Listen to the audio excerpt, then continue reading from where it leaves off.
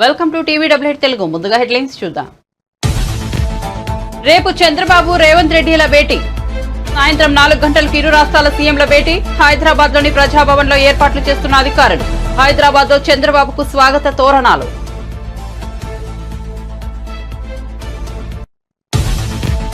TG SPSC వద్ద నిరుద్యోగులకు మద్దతుగా బర్రెలెక్కను రోడ్డుపై అడ్డంగా కంచెలు వేసిన పోలీసులు. ఆందోళన చేస్తున్న నిరుద్యోగులను, బీఆర్ఎస్వీ కార్యకర్తలను, ఆమ్ ఆద్మీ పార్టీ కార్యకర్తలను అరెస్ట్ చేసిన పోలీసులు.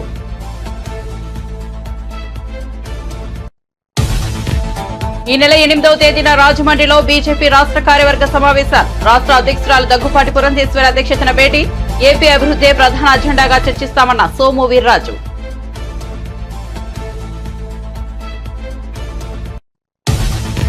నిబంధనల మేరకే వైఎస్ జగన్ కు ములాఖత్ కు అనుమతి అన్న కాకాని. కొన్ని ఛానళ్లు అసత్య ప్రచారం చేస్తున్నాయని మండిపాటు. వైఎస్ జగన్ పట్ల ప్రభుత్వం ఎక్కడా ఉదారంగా వ్యవహరించేలా లేదని వెల్లడి.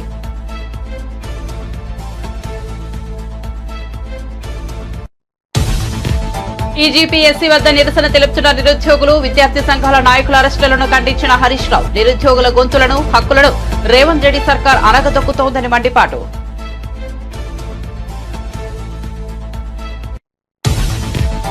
ప్రేమించి మోసం చేశాడంటూ హీరో రాజ్ తరుణ్ పై యువతి ఫిర్యాదు. పెళ్లి చేసుకుంటానని మాటించి మరో హీరోయిన్ తో సంబంధంలో ఉన్నాడనే ఆరోపణ. 2017లో ఆమె నుంచి విడిపోయానని అన్న రాజ్ తరుణ్. లావణ్యది బ్లాక్ మెయిలింగ్ స్వభావమని ఆరోపణ. తిరుమల శ్రీవారి ఆభరణాలపై విచారణ జరిపించాలన్న భానుప్రకాష్ రెడ్డి. శ్రీవారి ఆభరణాలపై భక్తుల అనుమానాలున్నాయని వెల్లడి. హిందూ ధార్మిక క్షేత్రం తిరుమలను వైసీపీ అధర్మ క్షేత్రంగా మార్చిందని మండిపాటు.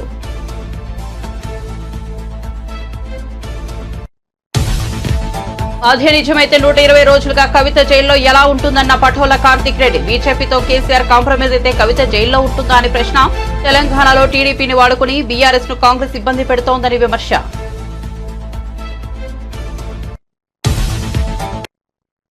ఇక వార్త వివరాల్లోకి వెళ్తే, ఆంధ్రప్రదేశ్ ముఖ్యమంత్రి చంద్రబాబు, తెలంగాణ సీఎం రేవంత్ రెడ్డి రేపు సాయంత్రం 4 గంటలకు సమావేశం కానున్నారు. వీరి భేటీకి హైదరాబాద్ లోని ప్రజాభవన్ లో ఏర్పాట్లు చేస్తున్నారు. విభజన సమస్యలు, 2 రాష్ట్రాల మధ్య 10 ఏళ్లుగా పెండింగ్ లో ఉన్న అంశాలపై చర్చించేందుకు ఇరు రాష్ట్రాల సీఎంలు హైదరాబాద్ లో భేటీ కానున్నారు. చంద్రబాబు రాక నేపథ్యంలో తెలంగాణ టీడీపీ నాయకులు హైదరాబాద్ లో పెద్ద ఎత్తున స్వాగత తోరణాలు ఏర్పాటు చేశారు.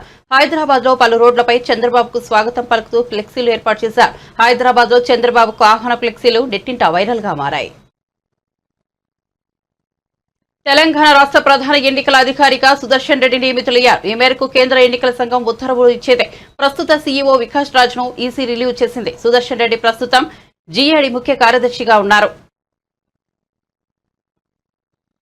బర్రెలెక్క అలియాస్ కర్ణ శిరీషను పోలీసులు అరెస్ట్ చేశారు. నిరుద్యోగుల నిరసనకు మద్దతుగా టీజీపీఎస్సీ కార్యాలయం వద్దకు చేరుకునేందుకు బర్రెలెక్క ప్రయత్నించగా పోలీసులు ఆమెను అదుపులోకి తీసుకున్నారు. ఈ సందర్భంగా పోలీసుల చర్యలను బర్రెలెక్క తీవ్రంగా ప్రతిఘటించారు. CM Revanth Reddy down down అంటూ నినాదాలు చేశారు. నిరుద్యోగులే కాకుండా వారి తల్లిదండ్రులు కూడా నిరసనలో పాల్గొనాలని బర్రెలెక్క కోరారు. ఈ క్రమంలోనే అక్కడ ఉద్రిక్త పరిస్థితులు నెలకొన్నాయి.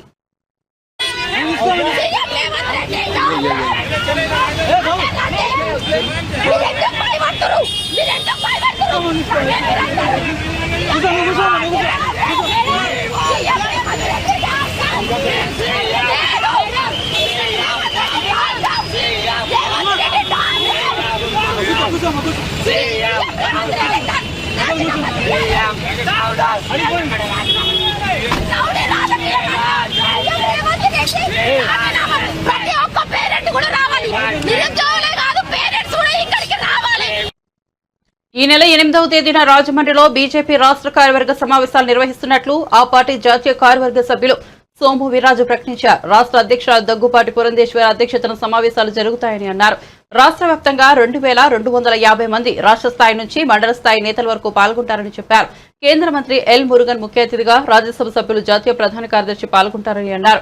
ఏపీ అభివృద్ధి ప్రధాన ఎజెండాగా రాష్ట్ర కార్యవర్గ సమావేశంలో చర్చిస్తామని, ప్రజల అభీష్టం మేరకే బీజేపీ వైఖరి ఉంటుందని అంటున్నారు. విడిపోయిన రాష్ట్రానికి అభివృద్ధి కోసం బీజేపీ పనిచేస్తోందని, డబుల్ ఇంజిన్ సర్కార్ పెట్టుబడులు వచ్చే పరిస్థితికి వచ్చి అభివృద్ధి జరగాలని కోరుకుంటున్నారని అన్నారు. అలానే ప్రధానమంత్రి స్పీకర్ గారు వంగి నమస్కారం చేసి కూడా భారతీయ సంస్కృతి గురించి కానీ సంప్రదాయాల గురించి కానీ వారు మాకు చెప్పవలసినటువంటి అవకాశం ప్రతీక డెమోక్రసీకి ప్రతీక. ఆయన గుడి ఉండకుండా బాబర్ గుడి ఉండాలన్నారు కాంగ్రెస్ వాళ్ళు. మన దేశమే దండెత్తినోడు మన దేశంలో ఆయన చిహ్నంతో గుడి ఏంటి, రాముడి గుడి పడగొట్టేసి బాబర్ గుడి కడితే అది తెలుసా రాహుల్ గాంధీకి? ముఖ్యమంత్రి గారి పర్యటన సక్సెస్ కావాలని డబల్ ఇంజిన్ సర్కార్ అని ఏదైతే మేము అన్నామో దాని ఫలితంగా ఈ రాష్ట్రంలో పెట్టుబడులు పెట్టేటువంటి పరిస్థితి వచ్చి ఆంధ్ర రాష్ట్రం మరింత అభివృద్ధి జరగాలని నేను మనస్ఫూర్తిగా కోరుకుంటూ, జగన్ వేసిన చాలా బీజాలు, అవినీతి బీజాలు ఒక్కొక్కటి బయటకు వస్తున్నాయి. మీరు చాలాసార్లు కొన్ని విషయాలు మాట్లాడేవాడిని, చాలా ప్రెస్ మీట్లో చెప్పేవాడిని. కాకినాడ పోర్టు ఆధారంగా సాగిన రేషన్ దందా అనేకమైన సార్లు నేను ప్రస్తావించాను. అది ఏ విధంగా చెప్పేవాడంటే, కాకినాడ ఎమ్మెల్యే నాన్నగారు సివిల్ సప్లై కార్పొరేషన్ చైర్మన్ ఏంటండి, వెంటనే తీసేమనండి జగన్ని. అతను అనర్హుడు. అతను రాష్ట్ర మిల్లర్స్ అసోసియేషన్కి అధ్యక్షుడు. అతను సివిల్ సప్లై కార్పొరేషన్ చైర్మన్గా ఎలా ఉంటాడు? రికార్డులు ఎప్పుడైనా చూడండి మీరు.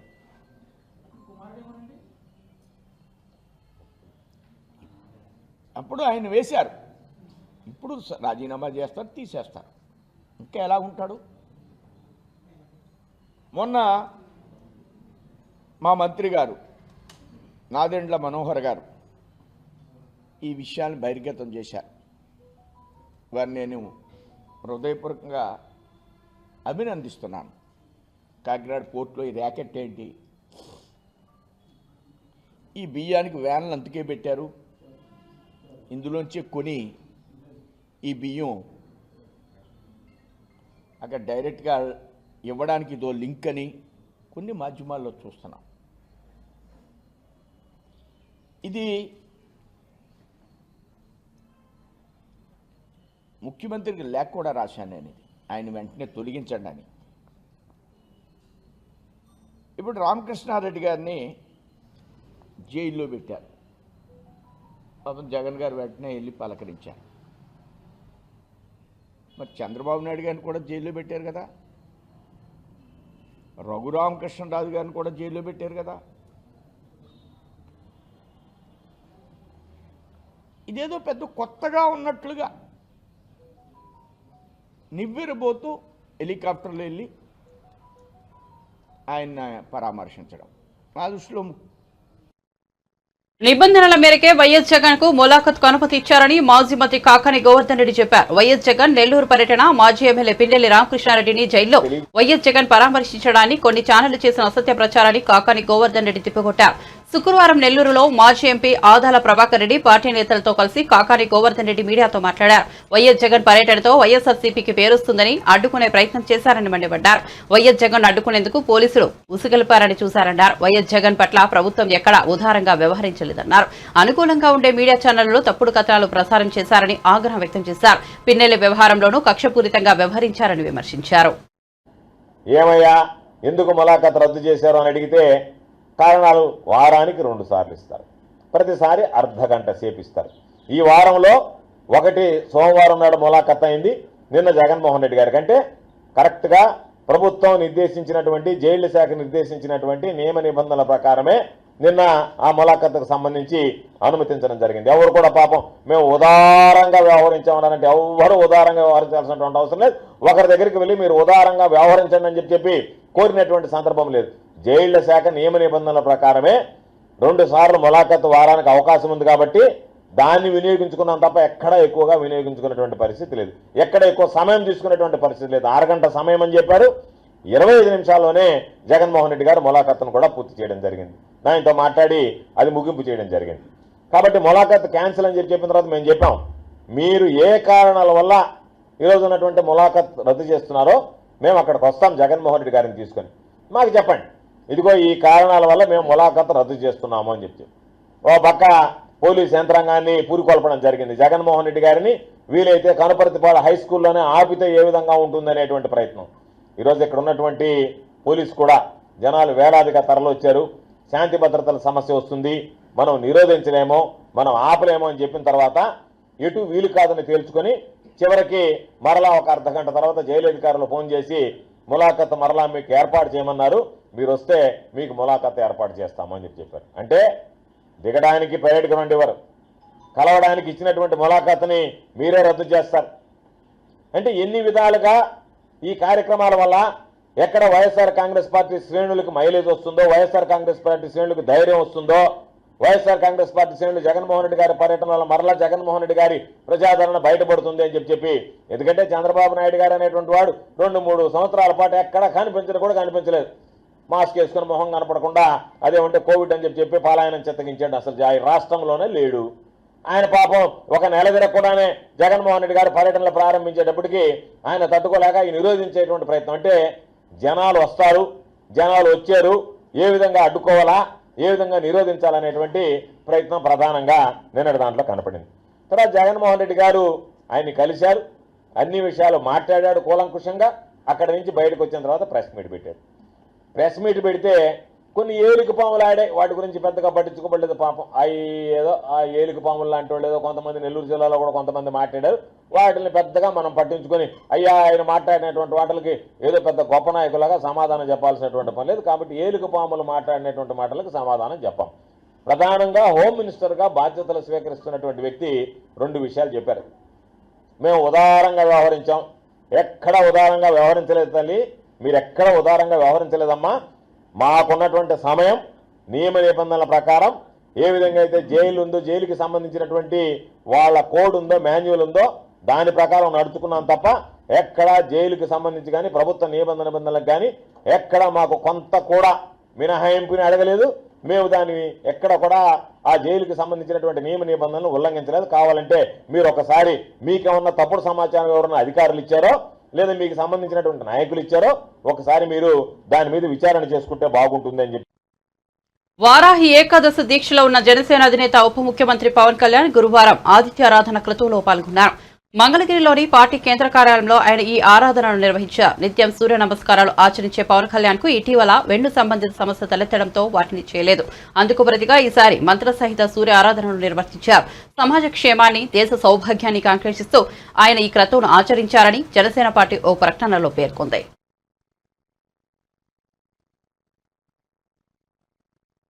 టాలీవుడ్ యువ హీరో రాజ్ తరుణ్ చిక్కుల్లో పడ్డారు. రాజ్ తరుణ్ తనను ప్రేమించి మోసం చేశాడంటూ లావణ్య అనే యువతి పోలీసులను ఆశ్రయించింది.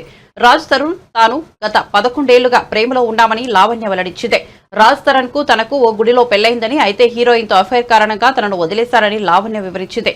రాజ్ తరుణ్ సోదరుడు కూడా తనను బెదిరించాడంటూ ఆమె ఆరోపించింది. ఈ మేరకు నార్సింగి పోలీసులకు ఫిర్యాదు చేసింది. లావణ్య ఫిర్యాదు మేరకు నార్సింగి పోలీసులు కేసు నమోదు చేసి దర్యాప్తు చేస్తున్నట్లు తెలుస్తోంది. నిన్న ఈవినింగ్ లావణ్య అని చెప్పేసి ఈమె ఈ రాజ్ తరుణ్ అనే వ్యక్తి పైన ఒక పిటిషన్ ఇవ్వడం జరిగింది నార్సింగి పోలీస్ స్టేషన్లో.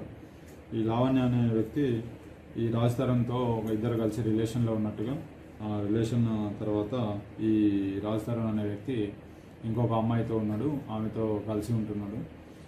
సో నన్ను వదిలేసి వెళ్ళిపోయిండు. అవతల ఎవరైతే అమ్మాయి ఉన్నారో ఆ అమ్మాయి ఆమె కానీ ఆమె రిలేటివ్స్ కానీ ఈమెని థ్రెటన్ చేస్తున్నట్టుగా ఒక పిటిషన్ ఇచ్చింది. దాని మీద మేము ఒక పిటిషన్ రిసీవ్ చేసుకొని ఎంక్వైరీ చేస్తున్నాం. ఎంక్వైరీలో ఆమె ఇచ్చిన దానికి అలిగేషన్స్కి ఉన్న ఎవిడెన్స్ కానీ అది కానీ ఉంటే యాజ్ పర్ ప్రొసీజర్ ఏముందో అది ఫాలో అయ్యి ఇన్వెస్టిగేషన్ చేస్తాం. గతంలో లావణ్య మీద కూడా కొన్ని కేసులు నమోదై ఉన్నాయి కదా. మా దగ్గర డ్రగ్స్ కేసు ఒకటి ఉండండి. అది తిరుమల శ్రీవారి భద్రతపై భక్తుల్లో అనుమానాలున్నాయని, కాబట్టి హైకోర్టు సిట్టింగ్ జడ్జితో విచారణ జరిపించాలని బీజేపీ ఏపీ అధికార ప్రతినిధి భానుప్రకాష్ రెడ్డి డిమాండ్ చేశారు. శ్రీవారిని దర్శించుకున్న ఆయన అనంతరం మీడియాతో మాట్లాడుతూ ప్రపంచ హిందూ ధార్మిక క్షేత్రమైన తిరుమలను వైసీపీ అధర్మ క్షేత్రంగా మార్చిందని ధ్వజమెత్తారు.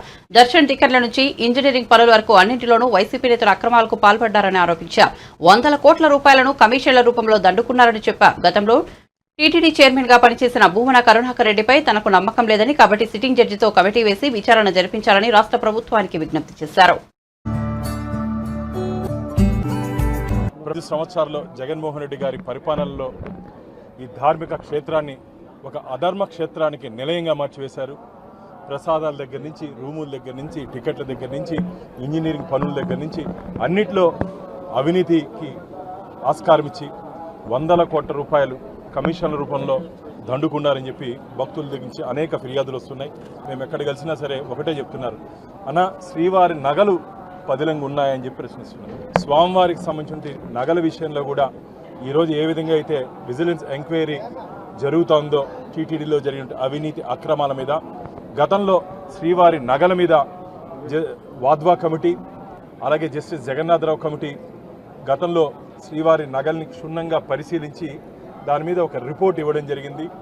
తిరిగి ఈరోజు హైకోర్టు సిట్టింగ్ జడ్జి చేత శ్రీవారి నగలకు సంబంధించి తిరిగి దాని మీద పూర్తి స్థాయిలో విచారణ చేపట్టి భక్తుల్లో కలిగినటువంటి అనుమానాల్ని నిర్వృత్తి చేయాలని చెప్పి మేము కోరుకుంటున్నాం. ఈ విషయం మీద రాష్ట్ర ముఖ్యమంత్రి గారి దృష్టికి కూడా మేము తీసుకుపోబోతున్నాం. ఎందుకంటే గతంలో ఈ 5 సంవత్సరాల్లో కేవలం మట్టికి మిగతా విషయాలకి పరిమితమైన అనుకున్నామే తప్ప భక్తుల్లో, శ్రీవారి భక్తులు ఇంత ఆందోళన ఉంది, ఇంత భయపడుతున్నారని చెప్పి మాకు అనుమానాలు లేవు. కానీ ఈ మధ్య గత 10-15 రోజులుగా విపరీతంగా భక్తుల నుంచి ఫిర్యాదులు వస్తున్నాయి.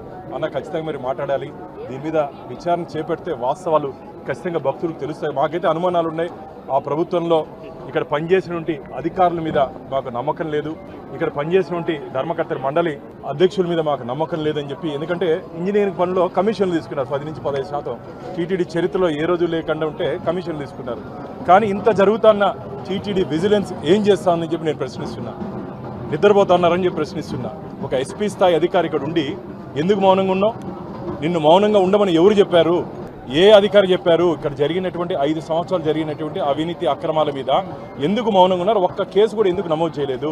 ఏదో రాష్ట్ర ప్రభుత్వం మారిన తర్వాత రాష్ట్ర ప్రభుత్వం అక్కడి నుంచి విజిలెన్స్ వస్తే కూడా ఇక్కడుండే అధికారులు సహాయ నిరాకరణ ఉందని చెప్పి భక్తుల నుంచి ఫిర్యాదులు వస్తున్నాయి. కాబట్టి మేమైతే దీన్ని చాలా సీరియస్గా తీసుకున్నాం. ఇక్కడ జరిగినటువంటి అవినీతి అక్రమాలతో పాటు శ్రీవారి నగలకు సంబంధించిన విషయం మీద రాష్ట్ర ముఖ్యమంత్రి గారి దృష్టికి మేము తీసుకుపోతున్నాం. ఖచ్చితంగా దాని మీద పూర్తి స్థాయిలో విచారణ జరిపించి శ్రీవారి భక్తుల్లో కలిగినటువంటి అనుమానాలను నిర్వృత్తి చేయాలని చెప్పి కోరుకుంటున్నాం. టీజీపీఎస్ ను ముట్టడించిన నిరుద్యోగులు, విద్యార్థి సంఘాల నాయకులను అరెస్ట్ చేయడాన్ని బీఆర్ఎస్ నేత మాజీ మంత్రి హరీష్ రావు తీవ్రంగా ఖండించారు. హామీలు ఇచ్చి మాట తప్పిన కాంగ్రెస్ ప్రభుత్వ తీరుకు నిరసనగా డిమాండ్ల సాధనే లక్ష్యంగా టీజీపీఎస్సీ వద్ద శాంతియుత నిరసన తెలియజేసేందుకు వెళ్తున్న విద్యార్థులు, నిరుద్యోగులు, విద్యార్థి సంఘాల నాయకులను ఎక్కడికక్కడ అరెస్ట్ చేసి నిర్బంధించడాన్ని ఆయన హేయమైన చర్యగా పేర్కొన్నారు. ప్రజాపాలనలో శాంతియుతంగా నిరసన తెలియజేసే హక్కు కూడా నిరుద్యోగులకు లేదా అని ఈ సందర్భంగా హరీష్ రావు ప్రశ్నించారు. తమ గోసను రిప్రజెంటేషన్ ద్వారా చెప్పుకునే అవకాశం కూడా లేదా అని ఆయన నిలదీశారు. బీఆర్ఎస్ అధినేత, తెలంగాణ తొలి ముఖ్యమంత్రి కేసీఆర్ భారతీయ జనతా పార్టీతో కాంప్రమైజ్ అయితే ఎమ్మెల్సీ కవిత ఎందుకు జైల్లో ఉంటుందని బీఆర్ఎస్ పార్టీ నాయకులు పటోళ్ల కార్తిక్ రెడ్డి కాంగ్రెస్ పార్టీని ప్రశ్నించారు. బీజేపీతో కేసీఆర్ కుమ్మక్కయ్యారని కాంగ్రెస్ పార్టీ నాయకులు వ్యాఖ్యానించడం సరికాదని పేర్కొన్నారు. తెలంగాణ భవన్లో పటోళ్ల కార్తిక్ రెడ్డి మీడియాతో మాట్లాడారు. జాతీయ 2 పార్టీలు సిద్ధాంతపరంగా వైరుధ్యాలున్న 2 జాతీయ పార్టీలు కాంగ్రెస్, బీజేపీలు ఏ విధంగా తెలంగాణ రాష్ట్రంలో పొత్తులో ఉన్నారు అనేది కొన్ని ఉదాహరణలతో మీ ముందుకు రావడం జరిగింది. మీ ద్వారా తెలంగాణ ప్రజలకు కూడా తెలంగాణ రాష్ట్రంలో అక్రమ పొత్తు ఏ విధంగా కాంగ్రెస్, బీజేపీలో నడుస్తుందో, ఈ 2 పార్టీలు, జాతీయ పార్టీలు తెలంగాణ ప్రయోజనాలే గాని, తెలంగాణ ప్రజల ప్రయోజనాలే గాని ఎట్లయితే తాకట్టు పెట్టి స్వార్థ రాజకీయాలకు పెద్దపీట వేసిండ్రో మీ ద్వారా తెలియజేసే ప్రయత్నం చేస్తా. నేను చూపించబోతున్న ఉదాహరణలు, మీకు చూపించబోతున్న కొన్ని సంఘటనలు ఈ నెలలో జరిగినాయే. ఎన్నికల కన్నా ముందు నేనైతే చాలా విషయాలు చెప్పగలుగుతా. జనరల్ ఎలక్షన్స్ కన్నా ముందు, అసెంబ్లీ ఎలక్షన్స్ కన్నా ముందు బీజేపీ పార్టీ ఎట్లా పరోక్షంగా, ప్రత్యక్షంగా కాంగ్రెస్ పార్టీకి మద్దతు పలికిందో చాలా ఉదాహరణలు ఉన్నాయి. అది ఇంకెప్పుడైనా మాట్లాడే ప్రయత్నం చేస్తా. కానీ పార్లమెంట్ ఎన్నికలు జరిగిన నిన్నటికో నెల పార్లమెంటరీ రిజల్ట్స్ వచ్చినట్టుకి ఒక నెల రోజు జరిగింది.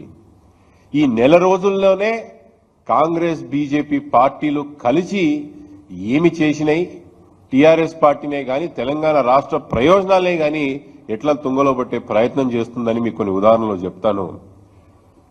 రిజల్ట్స్ వచ్చిన ఒక వారం 10 రోజుల్లోనే తెలంగాణ రాష్ట్రానికి కూడా కిషన్ రెడ్డి గారు కేబినెట్ మినిస్టర్ అయ్యిండ్రు. కేబినెట్ మినిస్టర్ అయిన కిషన్ రెడ్డి గారు తెలంగాణ రాష్ట్రానికైనా మంచి చేస్తారు అనుకుంటే ఆయన రాగానే తెలంగాణ ఆస్తి అయినా సింగరేణి బొగ్గు గనులని వేలం వేయడం జరిగింది. అది మనందరం కూడా చూసినాం. ఒకవేళ నిజానికి కూడా కాంగ్రెస్ పార్టీకి తెలంగాణ ప్రజల పట్ల లేదా బీజేపీ తీసుకుంటున్న నిర్ణయాల పట్ల ఏదైనా వ్యతిరేకత ఉంటే అది ఆ రోజే దాన్ని ఆపే ప్రయత్నం చేయాలా. ప్రభుత్వానికి శక్తి ఉండే 10 సంవత్సరాలు ఎట్లయితే కేసీఆర్ దాన్ని ఆపినాడో మీకు కూడా కాంగ్రెస్ పార్టీకి కూడా ఆ యొక్క వేలాన్ని ఆపే శక్తి ఉండే. కానీ ఇది చూడండి,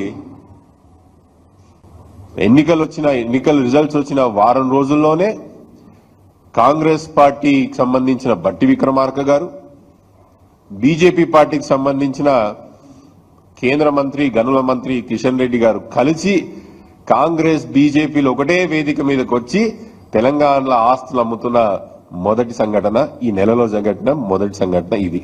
1. 2, తెలంగాణలో పవర్ విషయంలో ఏదో పెద్ద కుంభకోణం జరిగిందని, పవర్ విషయంలో ఏదో తప్పు జరిగిందని కాంగ్రెస్ పార్టీ గగ్గోలు పెడుతున్నది. నిజమే, మళ్ళీ కాంగ్రెస్ పార్టీ అంటున్నది కూడా నిజమే అనుకోవాలి. కాంగ్రెస్ పార్టీ విధానాల ప్రకారం 24 గంటలు కరెంట్ ఇవ్వడం తప్పే. బహుశా ఈరోజు ఊర్లలో మనం చూస్తున్నాం, గ్రామాల్లో పరిస్థితి ఎట్లున్నది, మన హైదరాబాద్ లో కూడా కరెంట్ పరిస్థితి ఎట్లుందో మనం చూస్తున్నాము. 24 గంటలు కరెంట్ ఇచ్చిన కేసీఆర్ తప్పని భావిస్తున్నట్టుంది కాంగ్రెస్ పార్టీ. అందుకే ఆయన మీద నరసింహారెడ్డి గారితో, ఒక మాజీ జడ్జి అయిన నరసింహారెడ్డి గారితో ఒక కమిషన్ వేయడం జరిగింది. విద్యాశాఖపై తనతో సమీక్షకు వచ్చిన ఎంఈఓలకు డీఈఓ నోటీసులు ఇచ్చారని, జెడ్పీలో నిలదీస్తే తనపై కేసు పెట్టారని ఎమ్మెల్యే కౌశిక్ రెడ్డి మండిపడ్డారు. కళ్యాణ లక్ష్మి చెక్కుల విషయంలో హైకోర్టు రాష్ట్ర ప్రభుత్వానికి మొటిక్కాయలు వేసిందని విమర్శించారు. తనపై కేసులు పెట్టినా భయపడేది లేదని, కేసీఆర్ శిష్యుడిగా ప్రజల కోసం జైలుకు వెళ్లేందుకు సిద్ధమన్నారు.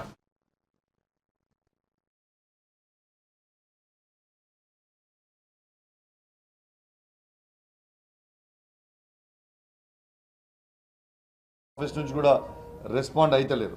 కాబట్టి ఇంకా మీడియా పాయింట్లో వచ్చి మాట్లాడి పోదామని ఒక ఉద్దేశంతో వచ్చినాం. ఇవాళ స్పీకర్ గారు ఇవాళ టైం ఇవ్వకపోయినా పర్వాలేదు, రేపు ఇచ్చినా సరే, ఎల్లుండి ఇచ్చినా సరే, అవతల ఎల్లుండి ఇచ్చినా సరే, ఎప్పుడు స్పీకర్ గారు టైం ఇస్తే ఆ రోజే స్పీకర్ గారిని కలిసి ప్రివిలేజ్ మోషన్ తప్పకుండా మా కరీంనగర్ డిఈఓ గారి మీద, కరీంనగర్ జెడ్పీ సిఓ గారి మీద ప్రివిలేజ్ మోషన్ తప్పకుండా నేను మూవ్ చేయబోతా ఉన్నానని చెప్పి సందర్భంగా తెలియజేస్తా ఉన్నాను.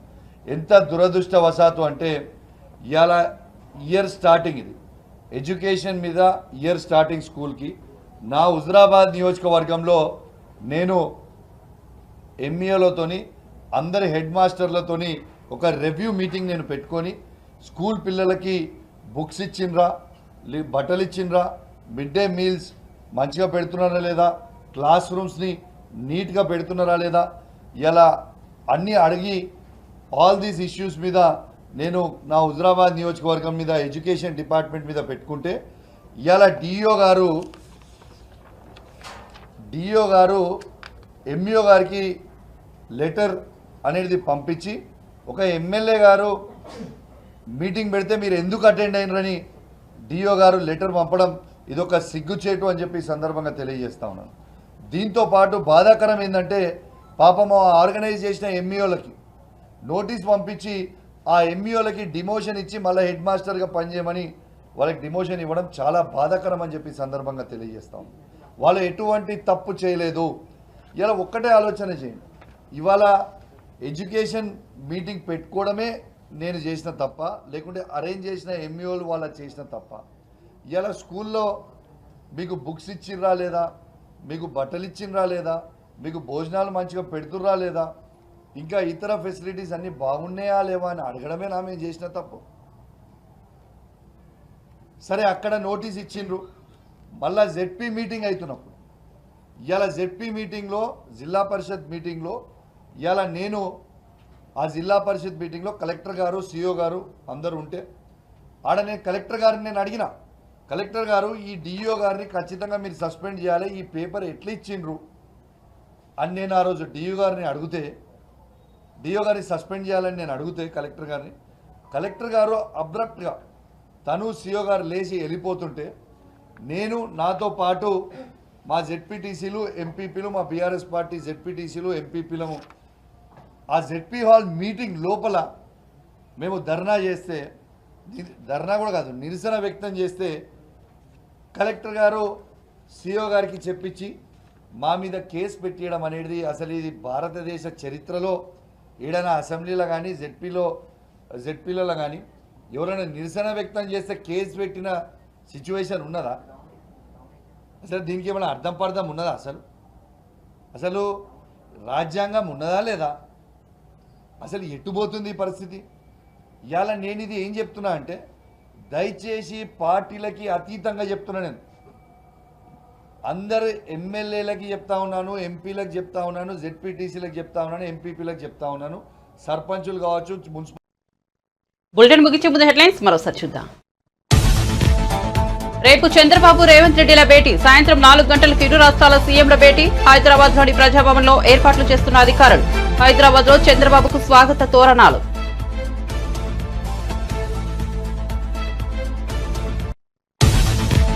టీజీ ఎస్పీ వద్ద నిరుద్యోగులకు మద్దతుగా బరలెక్కన రోడ్డుపై అడ్డంగా కంచెలు వేసిన పోలీసులు. ఆందోళన చేస్తున్న నిరుద్యోగులను, బీఆర్ఎస్వి కార్యకర్తలను, ఆమ్ ఆద్మీ పార్టీ కార్యకర్తలను అరెస్ట్ చేసిన పోలీసులు.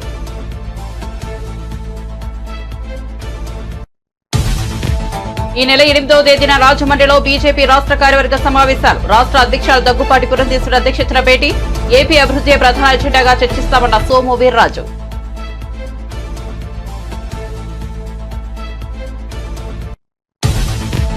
నిబంధనల మేరకే వైఎస్ జగన్ కు ములాఖత్కు అనుమతి అన్న కాకాని. కొన్ని ఛానల్ అసత్య ప్రచారం చేస్తున్నాయని మండిపాటు. వైఎస్ జగన్ పట్ల ప్రభుత్వం ఎక్కడా ఉదారంగా వ్యవహరించలేదని వెల్లడి.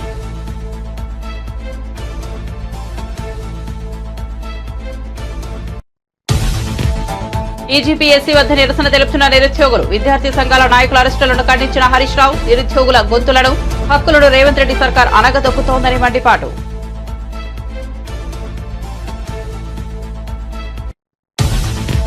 ప్రేమించి మోసం చేశాడంటూ హీరో రాజ్ తరుణ్ పై యువతి ఫిర్యాదు. పెళ్లి చేసుకుంటానని మాటిచ్చి మరో హీరోయిన్ తో సంబంధంలో ఉన్నాడని ఆరోపణ. 2017 లాభ నుంచి విడిపోయానని అన్న రాజ్ తరుణ్. లావ్ అనేది బ్లాక్ మెయిలింగ్ స్వభావమని ఆరోపణ.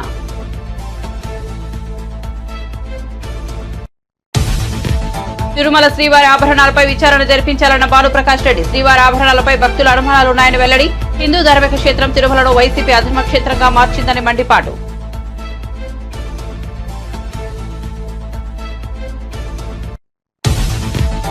అదే నిజమైతే 120 రోజులుగా కవిత జైల్లో ఎలా ఉంటుందన్న పటోల కార్తిక్ రెడ్డి. బీజేపీతో కేసీఆర్ కాంప్రమైజ్ అయితే కవిత జైల్లో ఉంటుందా అని ప్రశ్న.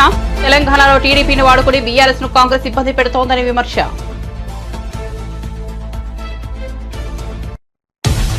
మరిన్ని అప్డేట్స్ కోసం చూస్తూనే ఉండండి టీవీ 88 తెలుగు.